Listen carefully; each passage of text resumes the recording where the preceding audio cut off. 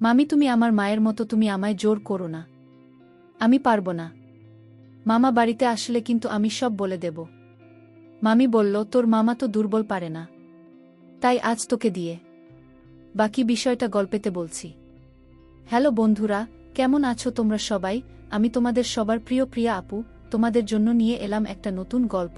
গল্পটি শোনা মাত্রই আশা করি তোমাদের দাঁড়িয়ে যাবে এবং তোমরা সবাই হাতের কাজ করতে হেডফোন নিয়ে বসে যাও। প্রতিদিন নিয়মিত গল্প পাওয়ার জন্য আমার চ্যানেলটি সাবস্ক্রাইব করে নোটিফিকেশন বেলটি অল করে রাখুন। তো গল্পটি শুরু করা যাক। সবেমাত্র পড়াশোনা শেষ করে বাসায় বসে আছি। এই অপেক্ষা যে কোনো এক রাজকুমার আমাকে নিয়ে তার রাজ্যে চলে যাবে। অবশ্য এসব যে শুধু গল্পেই মানায় তা আমার বিয়ের দ্বারাই প্রমাণিত হল। কারণ আমার বাবা মা বিয়ের জন্য আমাকে এক বুড়োকে খুঁজে এনে দিল। আমার পোড়াকপাল। ভেবেছিলাম রাজপুত্রের কথা, আর এখন তো দেখি বুড়া বাবা। যাই হোক বন্ধুরা, সময়মতো আমার স্বামী আমাকে দেখতে এল, তার কিছু বন্ধু এবং তার বোনের ছেলেকে নিয়ে। বন্ধুরা, যদি সম্ভব হতো তাহলে তার বোনের ছেলের সাথে আমি বিয়ে করে ফেলতাম, কারণ তাকে আমার পছন্দ হয়েছিল। তবে তা সম্ভব নয়, কারণ সে তো আমার বয়সে ছোট। কেন এ কথা বললাম তা জানতে হলে তোমাদের পুরো গল্পটি মনোযোগ দিয়ে শুনতে হবে। আমার স্বামীর নাম রিদওয়ান। তার বিরাট এক ব্যবসা আছে। কম করে হলেও 20 থেকে 30 হাজার মানুষ তার আন্ডারে কাজ করে। কোনো রকম টাকা পয়সার অভাব নেই তার। আর হয়তো এটাই মূল কারণ তার সাথে আমার বিয়ের অবশ্য এতটাও বড় নয়। তবে সে একটু দুর্বল প্রকৃতির মানুষ। সময় পার হলে যা হয় আর কি। যাই হোক বন্ধুরা, ধুমধাম করে বিয়েটা হয়ে গেল। বিয়ের পর বাংলাদেশের এমন কোনো জায়গা ছিল না যে আমরা ঘুরিনি। টাকার অভাব না থাকা এসব নিয়ে কখনো সমস্যায় পড়তে হয়নি। যাই হোক, ঘোরাঘুরি শেষ করে অবশেষে আমরা বাসায় ফিরলাম। নতুন বাসা আমায় উদ্দেশ্য করে কেনা হয়েছে, তাও আবার শহরের ভিতরে। এখান থেকে সবকিছুই কাছে, যে কোনো সময় ইচ্ছা করলে যে কোনো জায়গায় যাওয়া যায়। আমার স্বামীরা মাত্র 2 ভাই বোন। সে এবং তার একটা বোন আছে। তার ছোট বোনকে সে ভীষণ ভালোবাসে, আর তার থেকে বেশি ভালোবাসে তার বোনের ছেলেকে। ওই যে বলেছিলাম আমার বিয়েতে এসেছিল, সেই ভাগিনা। বোনের ছেলে আমার স্বামীর চোখের মণি। পড়তে বসতে যেখানে পারি তাকে নিয়ে ঘুরে বেড়ায়। শুধুমাত্র আমাদের হানিমুনের সফরে বাদ পড়ল সে। তবু তার যদি সাধ্য থাকত তাকেও নিয়ে যেত। ভাগিনা এবার এসএসসি পরীক্ষা দিয়ে পাশ করেছে, ভালো কলেজে পড়বে। তাই মামা অর্থাৎ আমার স্বামী তাকে ফোন দিয়ে বলল সে যেন সবকিছু গুছিয়ে আমাদের বাসায় চলে আসে। আমাদের বাসায় আমি এবং আমার স্বামী ছাড়া আর কেউ থাকে না। কাছের মানুষদের কথা বাদ দিলাম। প্রায় 7 থেকে 8 জন কাজ করত আমাদের বাসায়। তার ভেতর 5 জন ছিল মেয়ে। ইতিমধ্যে আমার নন্দের ছেলে আমাদের বাসায় চলে আসলো। এসে মামি মামি বলে আমাকে ডাক দিয়ে বলল, হ্যাঁ বন্ধুরা, এটাই সেই ভাগ্নে, আমার স্বামীর চোখের মণি। আমি বললাম, আসো আসো, তোমার জন্য অপেক্ষা করছিলাম আমি। তার সব কিছু তার রুমে নিয়ে রাখতে বললাম। আমি বললাম, চলো সাজিদ, রুমে আসো, ফ্রেশ হয়ে নাও, তারপর আমরা গল্প করব। সে বলল, ঠিক আছে, আমি চলো। এই বলে আমি তাকে আমার রুমে নিয়ে গেলাম। বললাম, যা তুমি ফ্রেশ হয়ে নাও। সে গোসল করে বের হলো। আমি তাকে নিজের হাতে ভাত খাইয়ে দিলাম। বললাম, এবার তো তাহলে তোমাকে যেতে দেবে না? সাজিদ বলল, আমিও তো এবার যাওয়ার জন্য আসিনি। আমি অনেক দিন থেকে তারপর যাব। এবার পড়াশোনা তো শেষ করতে হবে এখান থেকে। এর ভিতরেই সে তার মামার খোঁজ করতে লাগল। সাজিদ মামাকে অনেক বেশি ভালোবাসে, আর আমাকে অনেক সম্মান করে। আমি বাসায় আসার আগে সে আমার শ্বশুরবাড়ির পুরনো বাসা আসা যাওয়া করত। প্রহর গুনতে গুনতে রাত হয়ে গেল এবং আমার স্বামীর হৃদয়ের বাসায় ফিরে এসে সাজিদ সাজিদ করে চিল্লাতে লাগল। সাজিদ গিয়ে তাকে সালাম করল। তুই আর যেতে পারবি না, তুই এখান থেকেই লেখাপড়া করবি। তোকে আমি লেখাপড়া শিখিয়ে ডাক্তার বানাবো। তুই আমার একমাত্র ভাগিনা। তোকে নিয়ে আমার অনেক স্বপ্ন। তোর যা লাগে আমাকে বলবি, আমি তোকে দিব। আর বাইরে বেশি আড্ডা দেওয়া চলবে না। ভাগিনা তখন বলল, হ্যাঁ মামা, আমি তোমার কথা রাখব। আমারও ইচ্ছা বড় ডাক্তার হওয়ার। তুমি যা বলবে তাই হবে মামা।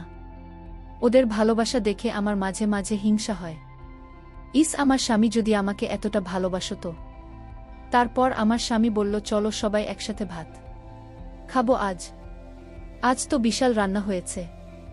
তাই সবাই মজা করে খেয়ে নিলাম। পরের দিন আমি তাকে কলেজে ভর্তি করানোর জন্য নিয়ে গেলাম। তার মামা তো কোনো সময় পায় না, তাই তার সব দায়িত্ব আমাকেই নিতে হলো। এর ভেতরে বেশ কিছুদিন পার হয়ে গেছে। সাজিদ নিয়মিত কলেজ যেতে লাগল। একদিন সাজিদ যখন কলেজ ছিল, আমি তার রুমে গেলাম তার রুমটা একটু গুছিয়ে দেওয়ার জন্য। আমি রুমে গিয়ে দেখি কি একটা অবস্থা। আমি বাসার কাজের মেয়ে মর্জিনাকে ডাক দিলাম। সে আমাদের বাসায় কাজের মেয়ে। বললাম, মর্জিনা, আমাকে একটু সাহায্য করো তো। সে বল, কাকিমা বলেন, কি করতে হবে? আমি বললাম, তুমি বিছানাটা পাল্টে দাও। সে প্রথমে একটু না না করছিল। পরে আমি জোর গলায় বললাম, কি হলো? বলছি বিছানাটা পাল্টে দাও। আর তুলতে যা ঘটল তা দেখার জন্য আমি কখনো প্রস্তুত ছিলাম না। বিছানায় দেখলাম এক বান্ডিল ফুটকা, যার মূল্য বাজারে 50 টাকা। ভাগ্নের বিছানায় ফুচকা কেন? এটা দিয়ে কি করে সে? আমার তো আর বুঝতে বাকি রইল না। তারপরও আমি সাজিদের কাছ থেকে সব জানব। এরপর আমি মর্জিনাকে বললাম যে, তুই বাইরে যা। আমি সেগুলো একসাথে করে একটা ব্যাগে ভরে নিলাম। আর ওকে বললাম, তুই রুমটা গুছিয়ে দেয়। আমি রুমে শুয়ে ভাবতে লাগলাম, ব্যাপারটা ঠিক বুঝলাম না। ভাগ্নে এসব নিয়ে কি করে? অনেক প্রশ্ন ঘুরপাক খাচ্ছিল আমার মাথায়, তাই নিজেকে একটু শান্ত করে ভাবলাম, সে একবার বাসায় আসুক, তারপর তার কাছ থেকে কিছু শুনে বিষয়টা ক্লিয়ার হব। সেই দুপুরবেলা সাজিদ বাসায় ফিরে। আমি প্রথমে তাকে কিছু বললাম না। তাকে দুপুরের খাবার খাইয়ে দিলাম। খাওয়া শেষে আমার রুমে ডাক দিলাম। সে আমার রুমে এসে বলল, আমি কি হয়েছে? আমি বললাম, আচ্ছা সাজি, তুমি চেয়ারটা নিয়ে বসো, তোমার সাথে কথা আছে। সাজিদ আমার পাশে এসে বসে বলল, আমি কি বলবে? তারপর আমি তাকে সেগুলো বের করে তার সামনে ফেলে দিলাম। এগুলো দেখে তার চোখ বড় বড় হয়ে গেল। সে মনে হয় আকাশ থেকে পড়েছে। কোনো কথাই বলছে না। আমি বললাম, দেখো সাজিদ, এখন যা ঘটবে সব তোমার আর আমার ভেতরে থাকবে। তুমি এসব নিয়ে কোনো চিন্তা করো না। যা হয়েছে সত্যিই তাই বলবে। তোমার মামা এসব কিছু জানতে পারবে না। তুমি শুধু আমাকে বলো এগুলো দিয়ে তুমি কি করো। সে আমার দিকে তাকিয়ে চুপ করে রইল। আমি বললাম, চিন্তা করো না, নিশ্চিন্তে বলতে পারো। তারপর সে বলল, দেখো আমার তো বয়স হয়েছে। আমার এগুলো মাঝে মাঝে দরকার হয়, তাই রেখেছি। আর এগুলো দিয়ে কি করা হবে তা তোমাকে বলা লাগবে না। মামি, তুমি আমার বিষয় নিয়ে অন্য কিছু ভেবো না। তুমি যেমনটা ভাবছ আসলে তেমন কিছু না। আমি একটু হালকা রাগ করে বললাম। সাজিদ খুব বেয়াদব হয়ে গেছে মনে হচ্ছে। না মামি, আমি বেয়াদব নই, তুমি আমাকে ভুল বুঝেছ। আমি কোন অন্যায় কাজ করতে পারি না। মামা আমাকে এই ভুল শিক্ষা আমায় দেননি। তুমি বিশ্বাস করো। মামি বলল, তাহলে সত্যি করে বলো, ফুটকা দিয়ে কি করো তুমি? আমি মামিকে বললাম, মামি, আমি তোমার কাছে কিছু লুকব না। আমি একজনকে ভালোবাসি। আর সে মাঝে মাঝে আমাদের বাড়িতে আসত। আমি অঙ্ক না পারলে সে অনেক বুঝিয়ে দিত।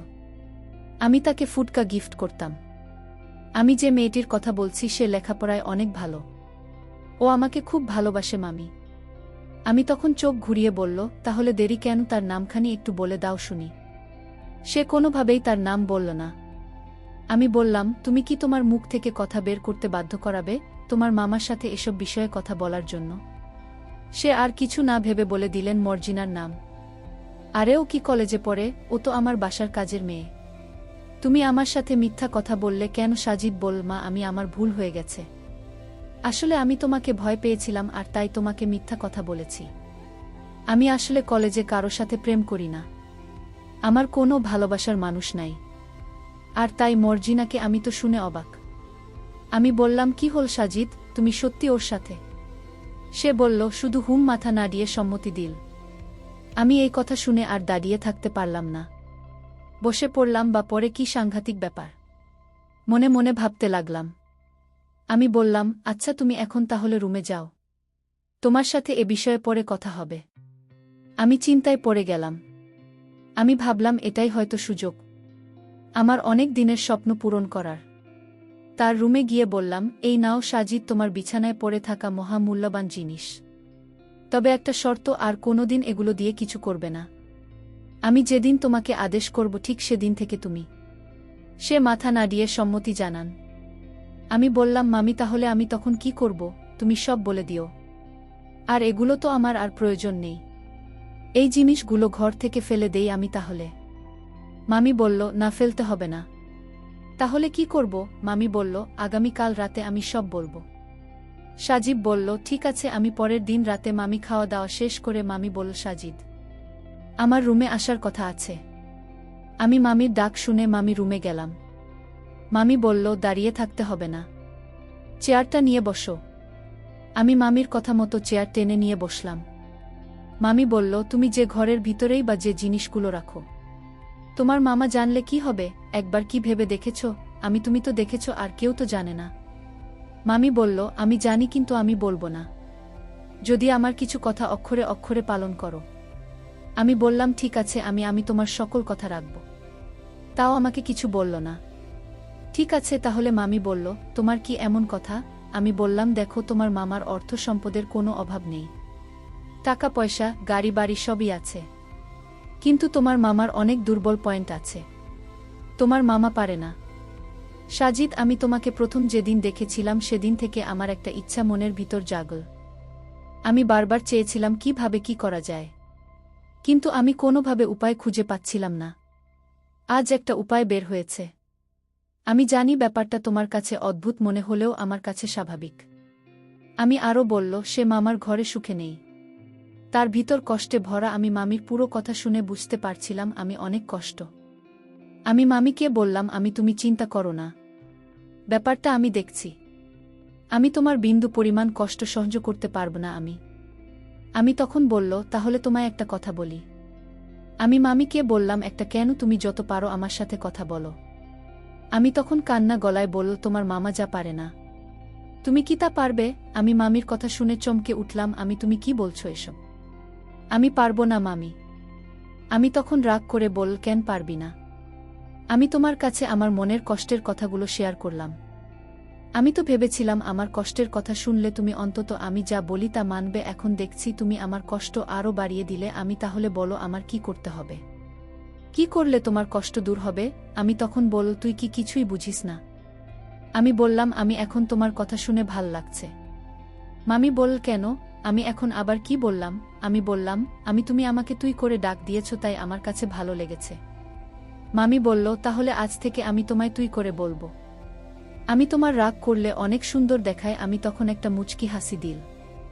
আমি বললাম, আমি তোমাকে হাসিতে অনেক সুন্দর দেখায়। মামি বলল, তুই আমার সাথে মশকরা করছিস। আমি এদিকে দুঃখ কষ্ট নিয়ে আছি। আমি মামিকে পরিষ্কার করে বলে দিলাম, মামি, আমি তোমার কথা রাখতে পারবো না। আমি তখন রাগ দেখিয়ে বলল, তাহলে তুমিও বাঁচতে পারবে না। আমি তোমার মামাকে তোমার বিষয়ে সব বলে দেব। আমি হাসতে হাসতে বললাম, আমিও মামাকে সব শুনিয়ে দেব। আমার কথা শুনে চমকে উঠল। এই তুই কি বলবি তোর মামার কাছে? আমি বললাম, এতক্ষণ ধরে তুমি আমার কাছে যা বললে এসব আমার মোবাইলে রেকর্ড করেছি। আমার কথা শুনে বল, ভালো করেছিস, জাগে তোর মামার একদিন শোনা। আমার কোনো সমস্যা নাই। আমি হয়তো এ বাড়ি থেকে চলে যাব। আর কি হবে আমার? আমি তখন মামিকে বললাম, তাহলে তুমি চাও তুমি যা আবদার করেছি আমার কাছে তা আমাকে শোনায়। আমি কিন্তু মামাকে সত্যি সত্যি বলে দিব। আমি তখন কান্না করে বলল, আমার কপালে সুখ নেই। আমি মামিকে বললাম, তোমার অভাব আমি বুঝি। তোমার কোনো ছেলে মেয়ে নাই, তাই তো তুমি আমায় অন্য রকম দৃষ্টিতে দেখো না। তুমি কি করে ভাবলে আমি এসব করব? আমি ছোটবেলা থেকে মায়ের আদর পাইনি। আমি তোমাকে মা ভেবেছি। তুমি আমার মা। আজ থেকে তুমি আমার মা। আমি জানি তোমার কোনো সন্তান নেই। আজ থেকে আমি তোমার সন্তান। মামির চোখ দিয়ে পানি পড়ছিল। মামি বলল, এখন আমার কাছে মনে হচ্ছে এই পৃথিবীতে আমার চাইতে সুখী মানুষ আর কেউ নাই। আর বাবা, আমার কাছে আয়, আমাকে মা বলে ডাক। বন্ধুরা, আজকের মতো এখানেই শেষ করলাম। প্রিয় বন্ধুরা, গল্পটি ভালো লাগলে অবশ্যই কমেন্ট করে জানাবেন। আর নিয়মিত এমন আলাদা স্বাদের গল্প শুনতে ভিডিওটিতে লাইক এবং চ্যানেলটিকে সাবস্ক্রাইব করে সাথেই থাকুন। আর হ্যাঁ, নোটিফিকেশন বেলটি অল করে রাখবেন, যাতে পরবর্তী গল্প সবার প্রথমে আপনাদের কাছে পৌঁছে যায়। ধন্যবাদ বন্ধুরা। ধন্যবাদ সবাইকে।